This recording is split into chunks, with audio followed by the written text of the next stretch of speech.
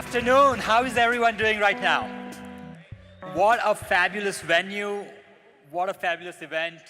I'd like to kick it off by thanking Mike, Paul, Rebecca, Jess, and the Industry 17 team for bringing us all together. I've already learned so many things. I've met so many interesting product folks. And it's just day one. There's one more day remaining. So please join me in thanking the Industry 17 team.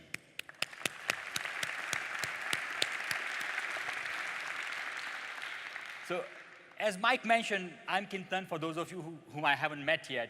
I lead product teams worldwide for Amazon's music products. So that's mobile apps, the Prime Music service, Music Unlimited, the Amazon Music Experience on Echo, Alexa, Car, Roku, Sonos, and so on. Today, we're going to talk about design. But before I start that, I want to ask a quick question.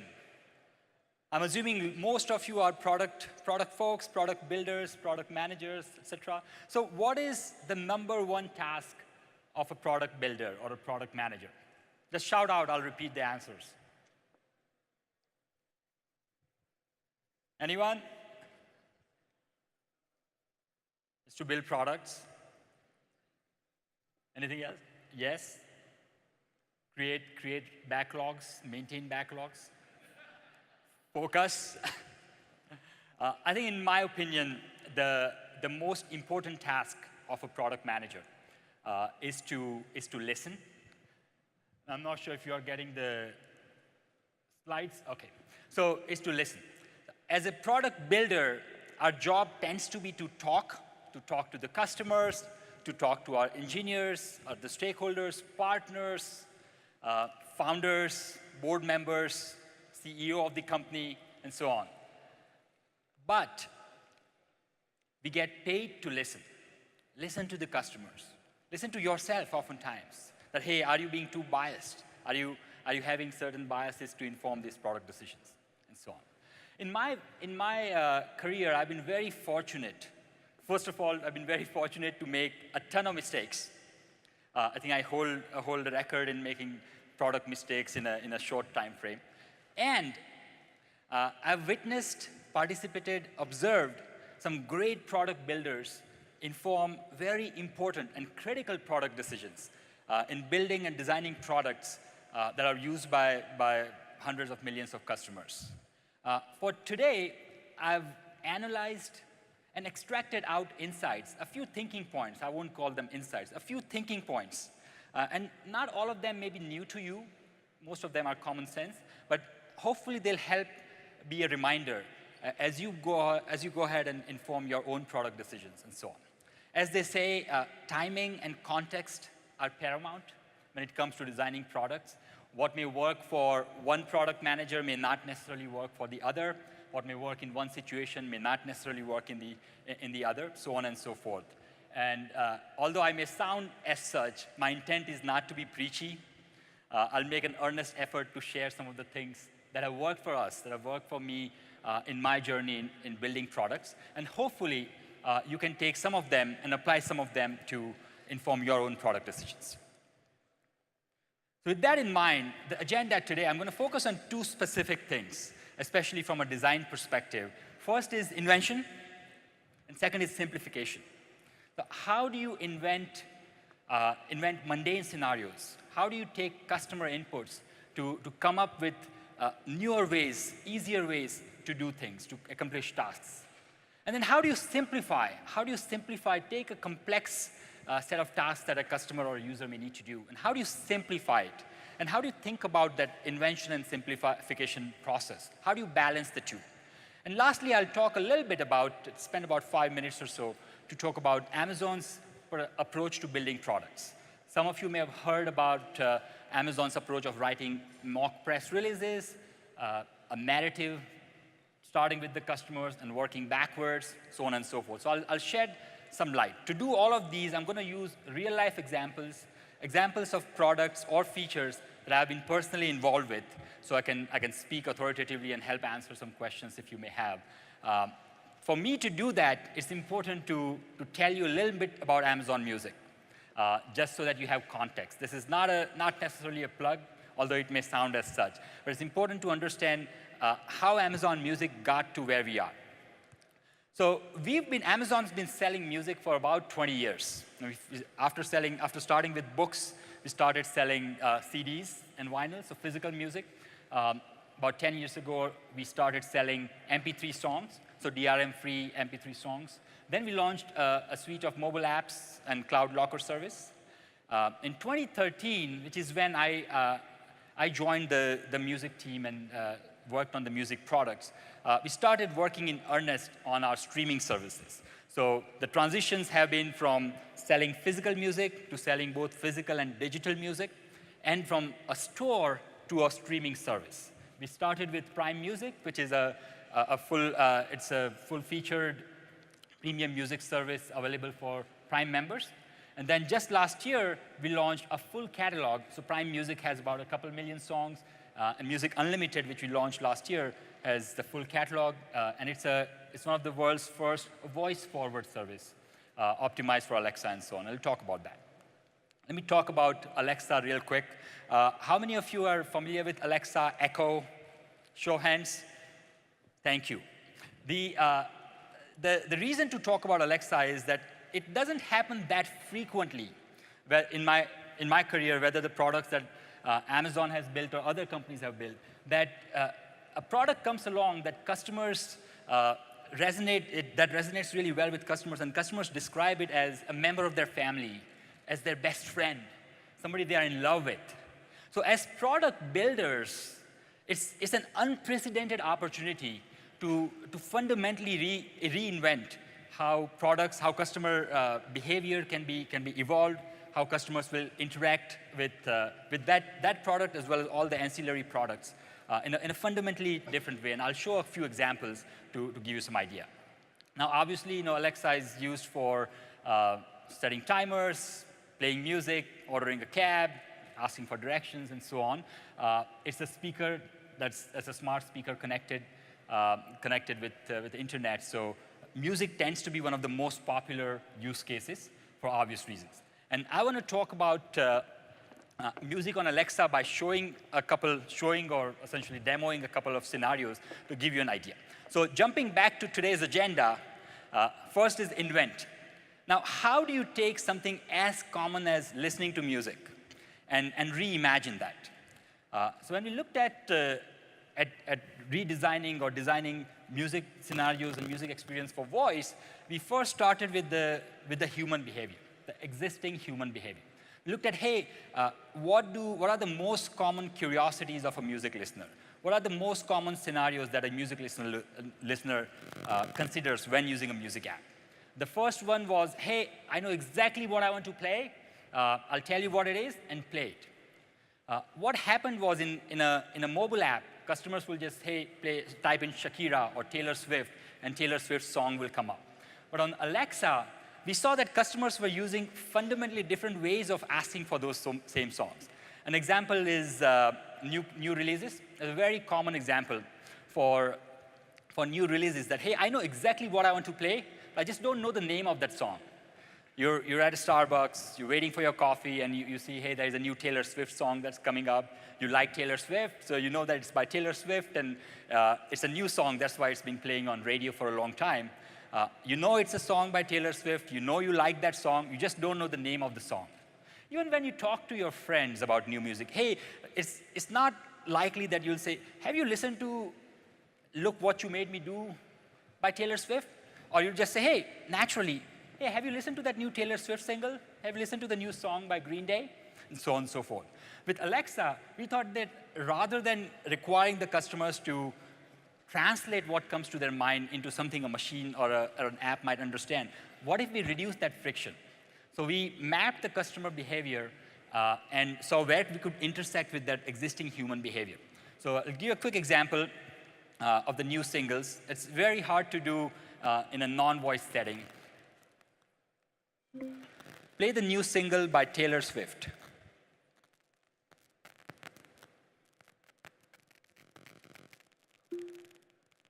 Ready for It by Taylor Swift. So for those of you who know Taylor Swift, this is from her latest album. Can do all sorts of things. New single is an important one just because an artist may have released 10 songs in an album, but it's important for us to anticipate that the song that the customer might be intending to play is the one that's been trending on radio, that's a popular one, and the single that the artist has chosen to promote. And the other example is this is one of my favorites because it's resonated the best with the customers as well. But has it ever occurred to you where you know the name of the song, you don't know the name of the song, but you know exactly what song it is by some words that keep on repeating in the song, or by some lyrics that keep on repeating in the song? This happens all the time, and this is a real example. Before we build the feature, I'm a big fan of the artist Sia. Do you guys know who Sia is? She's a very popular singer. And there's this song, Chandelier. I had no idea it was called Chandelier because for those of you who have heard the song, you'll know that the most common phrase she keeps on repeating is 1, 2, 3, drink. So let's try this. Play the song that goes 1, 2, 3, drink.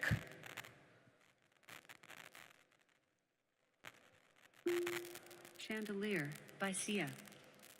So you get the idea where, I'm just going to shut it down. Party girls. You get the idea where rather than requiring the customers to first translate, hey, the song that has 1, 2, 3, drink, 1, 2, 3, drink, it's actually by Sia and it's called Chandelier. Just know it and do the work for the customers. So these are fundamentally new scenarios that were not feasible earlier. The way we've been able to address those is by observing and mapping the existing human behavior. More often than not, customers think that they know the lyrics of the songs, and they may not really know the exact lyrics. Oftentimes, customers get the lyrics wrong. There might be a song you may know. Taylor Swift has a song, Starbucks Lovers. You guys know what I'm talking about? There's a song she has that says, I have a long list of ex-lovers. Most customers or most people think that song is called a long list of Starbucks lovers. That's how it sounds. So rather than correcting the customer, we've actually created a reverse index of commonly misheard lyrics. And then Alexa takes care of whether the customer knows it or not. So let's try that one. Play the song that goes, I have a long list of Starbucks lovers. Blank Space by Taylor Swift. She could be snarky, where by saying, hey, did you not know it's called long list of ex-lovers? But we didn't take the opportunity there to be snarky. But you get the idea. The idea is even the most common of the scenarios out there. Listening to music has been pretty much around. Most of the innovation has been in accessing music either via CDs or tapes or vinyls or through digital means. But while listening, the experiences can still be evolved, and we continue to work on that. So I know exactly what I want to play, but I don't know how to describe it by name. That's one scenario. The other scenario, and this is the lyrics one is particularly important because now it's resonated really well. We've done several marketing campaigns worldwide. This is Piccadilly Square. Customers, if you search for it, customers really resonate well with it because it maps with they don't have to do anything new. That's how they experience music in their daily life and so on. That's New York. Again, New York. The second scenario, there are just two scenarios. I know exactly what I want to play, and the other is I don't know what I want to play. So historically, for this scenario, I don't know what I want to play, whether it's a book service or a music service or a video service or an app service. They'll all give recommendations. Some services or some products will send out emails with recommendations. The apps have recommendations, and so on. What we learned with voice is that oftentimes when customers don't know what they exactly want, they often have some hints that they can give. And it's actually better to take those hints. So we made it very easy. We reduced the friction so that customers can actually just give hints. One of the common hints tends to be activities. So rather than saying, hey, play that album by this artist, or play that album from the 80s because I have some friends coming over, say, hey, Alexa, I have a dinner party, play some music for the dinner party. So we mapped hundreds of activities that customers might ask. Another type of hint for music tends to be moods. Hey, play some happy music, play some sad music, upbeat music, melancholic music. genre, era, and so on. So made it extremely simple for customers to throw whatever comes to their mind, and Alexa would play in terms of music. So even if they don't know exactly what they want to play, even if the minutest hint will be picked up by Alexa and a personalized music experience will come up. So the example being, play happy funk music from the 70s.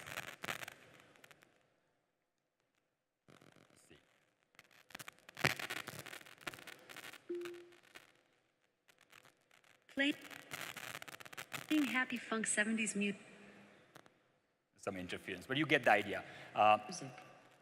Activities is another one. You know, this is a few interesting magazines picked this up in headlines, and then it got rotated by 50 other newspapers and magazines and blogs.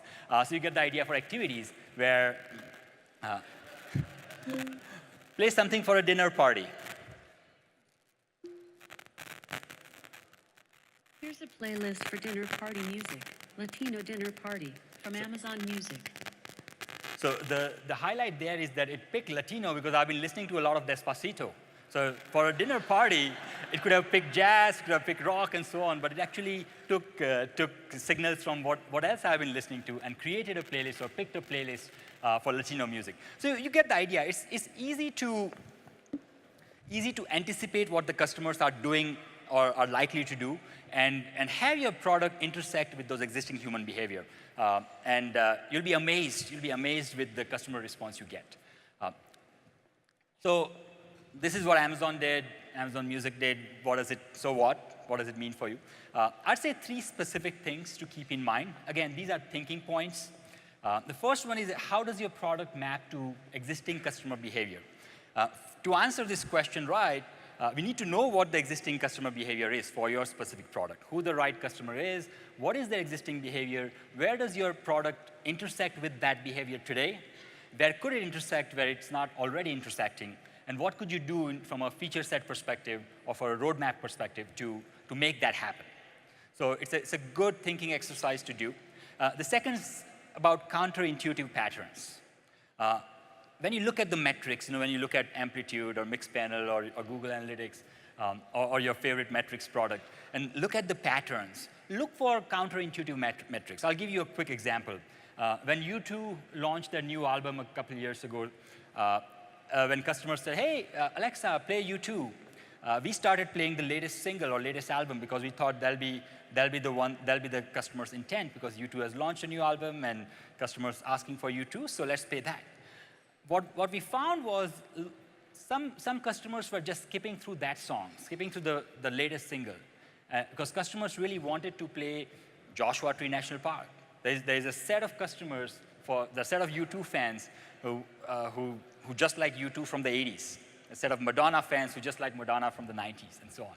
So we made it very easy for the customers to say, hey, not that, just play 80s music by U2, and so on. So that's counterintuitive. Our intuition was that, hey, when a customer asks for a song by an artist, play the most popular, most recent personalized song for that artist. It may not be true in all cases. So when we looked at the metrics and we saw, hey, the listening of these particular new songs was not what we expected, we quickly took that input to inform the product decision.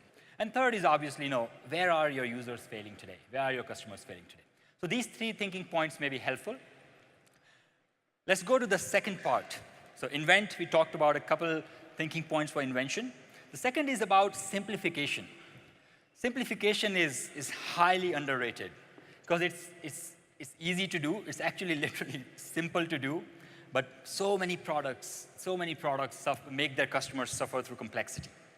So to think about simplicity or to think about simplification requires us to understand what friction is. And friction is essentially anything that comes in the way of your customer's ability to complete a task with your product in context of your product. The high order bit here is to seek out friction. First, understand where there is friction, but seek out friction. Most products do take care of obvious friction points, autocomplete forms and power of defaults and so on. I think to really innovate and take a more sophisticated approach, I'd encourage everyone to seek out friction in the existing user flow or existing product usage. I'll give you a couple examples which seem very simple, but were extremely hard to implement and also recognize. Let's start with this thing we call auto-rip. Is anyone familiar with auto-rip? One or two folks, it's good, so we can talk about it. This is what my personal music collection looked like in late 2000s. I had a bunch of CDs and a bunch of vinyls and so on. Every time I bought a new CD, guess what the first thing I did after buying the new CD? As soon as the CD arrived, and not just me, all my friends, most people I knew, as soon as a new CD arrived, the first thing they did was to rip it. So that they can put it on their MP3 player, so that they can put it on their iPod, take it with them to the gym, and so they don't have to carry that Discmans of the world at the time on a hike. So we asked ourselves that when most of our customers do this, after buying a CD, they rip it, why don't we do it for them? And fortunately, Amazon was one of the few providers in the world who could actually do that, because we sold both CDs as well as digital music. So we worked hard with the music labels and publishers to come up with a product we call auto-rip, and that has been received very favorably by customers. So one fine day, customers can, one fine day in January 2013, when customers opened their music app or went to music.amazon.com, they got this message that, hey, voila, you have 160 songs in your library, or you have 10,000 songs in your library. And customers were elated. Unanimously, universally, globally, this is a feature that has received nothing but positive feedback from customers. Because price is right. Who doesn't like free music? And convenience. Convenience was unprecedented. So in addition to giving you digital songs for the CDs you just ordered on Amazon, we actually took it one step further and put all the songs that you've purchased, all the CDs that you've purchased on Amazon, way back from 1999. So the types of customer complaints we got were of the nature, hey, how dare you pollute my music library by putting Britney Spears? Like, hey, you bought Britney Spears 6 years ago or 10 years ago. So those were the nice kind of problems to have. So the key there is, and it was very obvious, everyone knew, everyone did it. Everyone essentially bought a CD, ripped it so they can take it with them. The insight was, how do we make a high bar customer promise to remove that unnecessary step of ripping the songs? And then we followed it up with supporting it for vinyls and so on. The other example is for offline access. So most music apps allow customers to download their music. When we talk, and we did the same as well on Amazon Music apps, on iOS, on Android, on tablets, you can download the music for offline access. But when we talked with customers, we sensed a unique sense of frustration. The quotes the customers shared were, hey, I'm dreading that flight because I'm going to have to listen to Lady Gaga again. Like, why? Because that's the only playlist I've downloaded. I forgot to download music. Or, hey, I'm going on this hike, and I'll have to listen to the same playlist that I've been listening to on every hike, because I keep forgetting to download new music. So we already had customer recommendations, and we allowed customers to download music. So we took the step further. So rather than just providing the ability to download music, we looked deeper into the customer's intent. The intent was to be able to play music that they love, wherever, whenever, so regardless of internet connectivity. So we started downloading recommendations for the customers. So every time they connect to Wi-Fi or so on, they will download a few hours of music to their libraries, to their music apps. And it's music based on their recommendations. So music recommended just for you. So they'll always have fresh, new recommended music for them. And this is an interesting one, because we all thought, when we launched the ability to download music in our apps, we all thought that there was a checkbox. Yes, Amazon Music also has ability to download music. You can have offline access. You can make this song available offline. But we were failing at addressing the customer's real intent, which was to have music available to them all the time without really doing much work. Because customers didn't do work. Other apps, other products already had that ability, and customers were still frustrated. So we took that step further. The reason I brought this up is oftentimes this is where you have to listen to yourself that, hey, are you drinking your own Kool-Aid? Do you think you are really solving the customer's problem, or do you need to look at it again? And this was a good example where we made the mistake of knowing that we were addressing customers' needs, but when we talked with customers, they said that we were wrong and we were not really addressing it. Make sense? So this is a quick screenshot of our iPhone app. How can I apply this to my product? Again, when you go back, when you think about your own product decisions, the way to inform those decisions is through these 3 thinking points. Pick one high bar promise. Auto-rip was one quick high bar promise for customers. It's high bar because customer trust is so high on that one, and you need to address and fulfill it. Because imagine if a customer bought a CD knowing that they'll have auto-rip, and the CD comes before the digital version comes up. So there'll be a trust buster. So it's a high bar promise. Understand and question yourself that, hey, do I and my team, do we understand the customer's intent? And what are we doing for it? What are we doing about the customer's intent? Does each and every feature being true, is it being true to the customer's intent? Make sense? And lastly, how can you reduce? This is very simple. How can you reduce the number of steps? If it takes 10 steps, can I do it in 2 steps? If it takes 50 steps, can I do it in 5 steps? And so on. And you'll be surprised how many things you can just do by picking the defaults for the customers, auto-filling certain things, not asking customers to go through wizards and whatnot. That's simplification. So I'm going to spend about 5 minutes or so on working backwards. I know we are a little over, but this is the last talk, so I'll quickly go through this. Working backwards is all about mechanisms. There's a fine balance between intentions and mechanisms. So I have a friend who has young children. His son is in 3rd grade or so on. And he's a very studious student, he loves math, loves doing homework, loves going to school, loves his teacher, and so on. So generally a good kid. But every time he has to decide between playing a video game and doing his homework, guess who wins? It's the Mario Brothers. Every single time. And it's not because he doesn't like homework or studying. It's just that human psychology, human brains are wired for taking path of least resistance, and so on. So good intentions seldom work. So to enforce ourselves and the teams, at least at Amazon, we have a mechanism we like to call working backwards.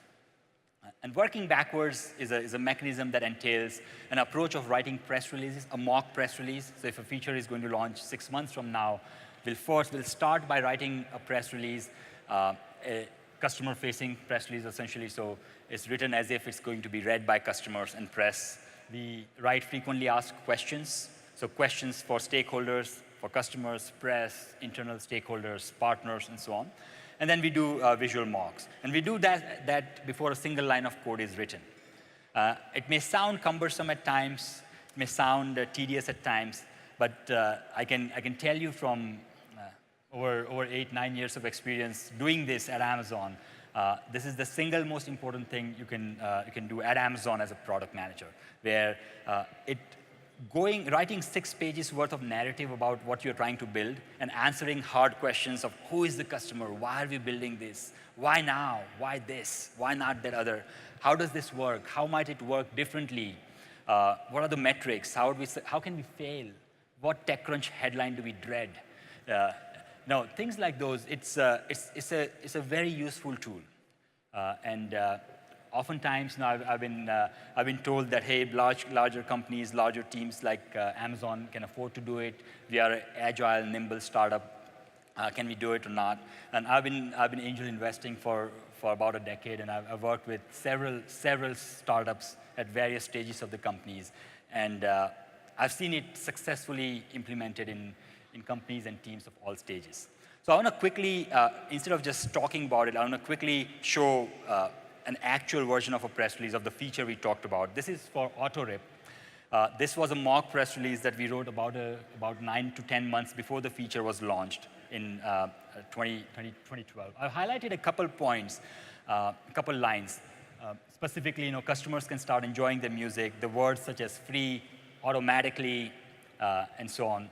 Because when the feature launched in early 2013, the actual press release, the actual customer comments, they actually mimic these things. It's fascinating to see it where we start with a vision. We say, hey, when customers describe this feature to their friends, they'll use words such as easy, wow, magical, and so on. And then it's very, very fascinating to see when you go to Twitter and search for autorip, you see those similar quotes. So this is Twitter, autorip, and I've taken a few comments. As you can see, most customers are very happy. Even we launched it 4 or 5 years ago, 2013, so definitely 4.5 years ago. And customers are still using it on an ongoing basis and still very happy with it.